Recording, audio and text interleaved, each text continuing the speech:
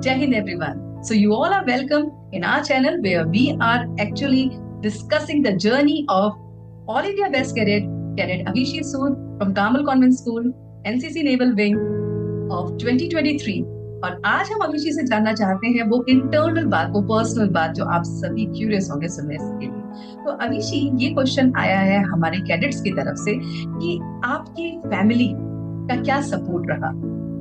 मैं ये जानना चाहती हूँ कि आप जब कैडेट बनने से पहले आप किस तरह के स्टूडेंट रहे और आपका फैमिली का क्या सपोर्ट रहा, और फिर जब आप कैडेट थे तब आपकी फैमिली का क्या सपोर्ट रहा, और जब आपकी फैमिली ने आपको कैंप के लिए भी भेजा तो बहुत सारी फैमिली के मन में भी बहुत सारे हर्डल्स आते हैं, दिमाग में कंफ्यूजन्स आती हैं कि हम भेजें या नहीं भेजें, या बहुत लंबा टाइम है, या स्टडीज इसकी इफेक्ट हो सकती हैं, नवंबर से लेकर बच्चा फरवरी में आ रहा है, कैसे वो करेगा। तो ये सारी फैमिली के अंदर डिस्कशन होती है जो बिहाइंड द सीन चल रही होती है। मेरे को लगता है आपकी फैमिली में भी ऐसा कुछ हुआ होगा, तो वो सारी बातें आप हमें बताइए। तो सबसे पहले आप हमें बताइए कि आपकी जर्नी स्टूडेंट कैसी, आप कैसे स्टूडेंट रहे और आपकी फैमिली का उस लाइफ में क्या रोल था। So, ma'am, as a student, I was very regular and I was very studious. So, starting से I am a badminton player and also Bharatanatyam dancer. तो इन दोनों चीज़ों ने बहुत ज़्यादा हेल्प करी मेरी टोटल आरडीसी जर्नी में. After becoming a cadet, I had an extra thing and extra activity NCC, और इसमें जो काफी इंटरेस्टिंग और थ्रिलिंग थी. और एनसीसी में मैंने आरडीसी से पहले 2 कैंप्स भी लगाए थे, तो इन्होंने भी मुझे हेल्प करा. लेकिन इस सब में मेरी फैमिली का बहुत सपोर्ट रहा, क्योंकि it is not easy for your parents to send you on a camp, a 3 month long camp, specially when you are a child. I am not like, अभी मैं इंडिपेंडेंट नहीं हुई थी कैंप से पहले, तो वो क्वेश्चंस रहते हैं कि सेफ्टी के क्या मेजर्स होंगे, कितना कैसा क्या शेड्यूल होगा, सब कुछ मतलब फैसिलिटीज मिलेंगी कि प्रॉपर खाना पीना रहना. तो ये सब क्वेश्चंस थे.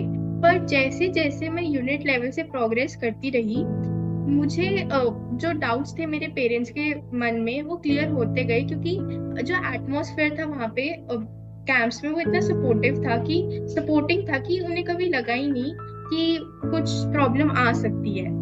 और पूरे टाइम, इस पूरी जर्नी में मेरी फैमिली को बहुत सपोर्ट रहा कि शुरू से, कि they pushed me forward that you should go, you should do this, and they even help me in my journey, like जैसे जनरल नॉलेज में, ग्रुप डिस्कशन में, अवेयरनेस और जनरल अवेयरनेस में. इसमें मेरे पेरेंट्स का, स्पेशली मेरे पापा का, मेरी सिस्टर का बहुत बड़ा रोल था. जैसे टेबल डिस्कशंस हम करते थे बहुत सारे टॉपिक्स पे, करंट अफेयर्स पे. तो ये मुझे इन सब चीजों ने, छोटी छोटी चीजों ने बहुत फाइनली हेल्प करा दिल्ली में, जो मुझे अननोइंगली नहीं पता था कि मुझे कभी हेल्प भी कर पाएंगे. ओके, तो इसका मतलब, आपका कहने का मतलब ये है कि कैडेट तो आप क्लास 8 में बने, लेकिन आपकी फैमिली में एक वो कहते हैं ना सभ्यता थी कि सब लोग मिलकर डिस्कस करते थे जनरल अवेयरनेस का, और उसके में आपके फादर और आपकी सिस्टर का बहुत बड़ा रोल है.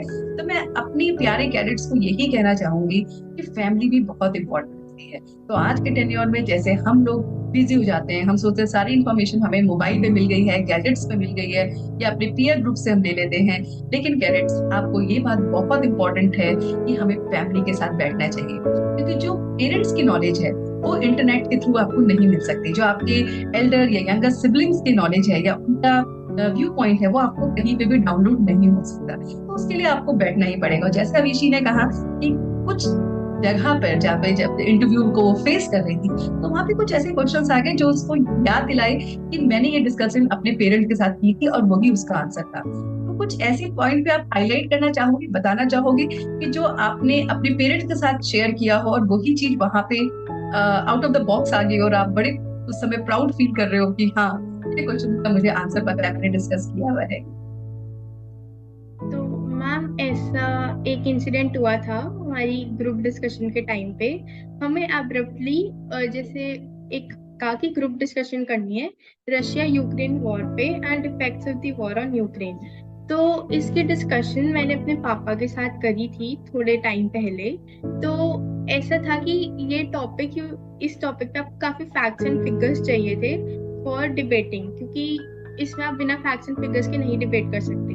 और मुझे लकीली बहुत ऐसा फील हुआ कि मैंने ऑलरेडी डिस्कस करा हुआ था, तो मुझे काफी ज्यादा आइडिया था इस टॉपिक के बारे में, और मुझे एकदम बहुत हेल्प मिली एकदम स्पॉन्टेनियसली बोलने में पॉइंट्स अपने Wow. वहाँ पे। ग्रेट। और एक और बात आपसे पूछना चाहेंगे कि क्या आपका फ्रेंड सर्कल जो था अभिषेक स्कूल टाइम में, उनके साथ भी कभी आपकी इस तरह की डिस्कशंस होती थी, या आपके सीनियर कैडेट्स जो थे, जो आपके इसी नेवल विंग के थे, उनके साथ कभी आपका इंटरेक्शन या कुछ ऐसे इंपॉर्टेंट टॉपिक्स जो आपको लगता है कि हमें करने चाहिए, इंटरेक्ट करना चाहिए, ताकि वो हमें कहीं ना कहीं लाइफ में हेल्प करते हैं, कुछ ऐसा हुआ आपके साथ? यस मैम, फ्रेंड्स के स्कूल फ्रेंड्स के साथ तो इतनी डिस्कशंस नहीं होती थी जनरल अवेयरनेस वाले टॉपिक्स पे, बट उनके साथ और बहुत जनरल डिस्कशंस होती थी जो काफी हेल्पफुल थी।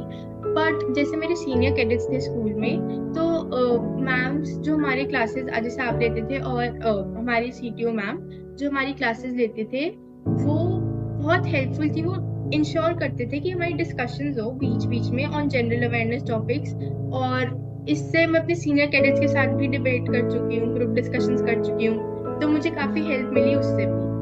तो आपका कहने का मतलब है कि हमें अपने अगर अंदर अपने कॉन्फिडेंस को बिल्डअप करना है, हमें ये भूल जाना चाहिए कि हम क्या बोल रहे हैं, हमें बोल देना चाहिए, अपने पॉइंट्स को रखना चाहिए, चाहे वो पॉइंट गलत भी हो कैरेक्टर्स, लेकिन वो कल की डेट में वो आपको राइट डायरेक्शन दिखाएगा। तो ये जो इंटरेक्शन होता है, ये आपके कॉन्फिडेंस को बूस्ट ही नहीं करता, आपको एक नई जगह ले जाता है। जो हम डिबेट और इंटरव्यू राउंड्स हम बाद में सीखते हैं, आपको पता ही नहीं कि आप बचपन से कर रहे होते हैं।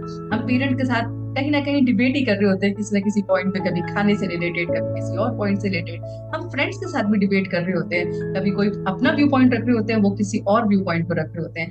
बट ये व्यू पॉइंट हम कंफ्यूज क्यों हो जाते हैं कि जब हम किसी इंटरव्यू में हैं, जब हम किसी डिबेट कॉम्पिटिशन में हैं, तो हम सोचते हैं मुझसे होगा ही नहीं। तो अगर हम इस पैटर्न को लाइटली लेके चलें कि जब भी हम कहीं पर भी हैं, चाहे हम अपने कैडेट्स के साथ हैं, चाहे अपने स्टूडेंट्स के साथ हैं, अपने फ्रेंड्स के साथ हैं, हम कोई भी जो कॉमन टॉपिक चल रहा है दुनिया का, वो डिस्कस कर सकते हैं, और वो डिस्कशन आपको डेफिनेटली हेल्प करेगा इंटरव्यू और सीडी राउंड में। So thank you so much Abhishi, आपने वो बातें शेयर करी जो फैमिली की और पेरेंट्स की हमें बहुत जरूरी था समझना, और कैडेट्स को भी अब मोटिवेशन मिला होगा कि उन्हें भी अपनी फैमिलीज के साथ, अपने ग्रैंड पेरेंट्स के साथ, जिनके साथ भी आप मिल सकते हो, नॉलेज ले सकते हो, बैठना चाहिए और डिस्कस करना चाहिए। एक और बात जाने से पहले मैं आपसे पूछना चाहती हूँ, अभिषेक, जो वॉर हुई है हमारे, है ना, देश में, तो उन सारे वॉर को बच्चे बहुत सीरियसली लेते हैं और वो उसका रट्टाफिकेशन करते हैं, उन डेट्स को लेते हैं। आपका क्या सजेशन है कि उसको लर्न करने के लिए, उसको मेमोराइज करने के लिए, क्या वो डिस्कशन फैमिलीज के साथ करना ठीक रहता है? क्योंकि उन लोगों ने तो वो सब कुछ देखा हुआ है, जो हम डॉक्यूमेंट्रीज यूट्यूब पे सुनते हैं वो तो सिर्फ एक डॉक्यूमेंट्रीज हैं, लेकिन जब हम वही कहानियां अपने ग्रैंड पेरेंट्स और पेरेंट्स से सुनेंगे, आई थिंक वो ज्यादा इम्पैक्टफुल होता है। आपका व्यू पॉइंट क्या है?